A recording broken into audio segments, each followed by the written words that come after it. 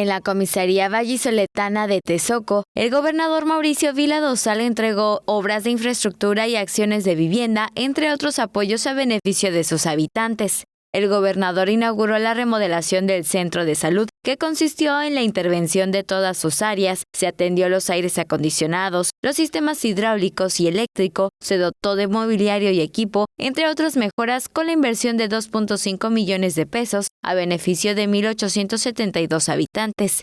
Luego entregó la rehabilitación de la Casa Ejidal, que consistió en pintura, rotulación de títulos, instalación de ventiladores y lámparas de techo. Se equipó con sillas, mesas, archivero, bocina, micrófono, lámparas LED y focos, y se compró material eléctrico a favor de 105 ejidatarios.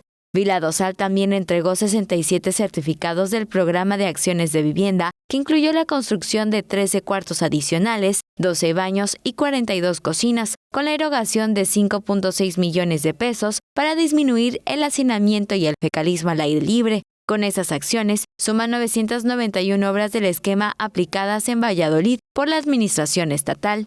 Además, se distribuyó 8,000 sacos de 20 kilogramos de maíz para consumo humano. Para fortalecer la producción apícola de la comunidad, entregó 10 toneladas de azúcar y 85 abejas reina y 200 bultos de 50 kilogramos de fertilizante para iniciar con la preparación de la tierra ante el inicio de la temporada de lluvias. Tele Yucatán te informa.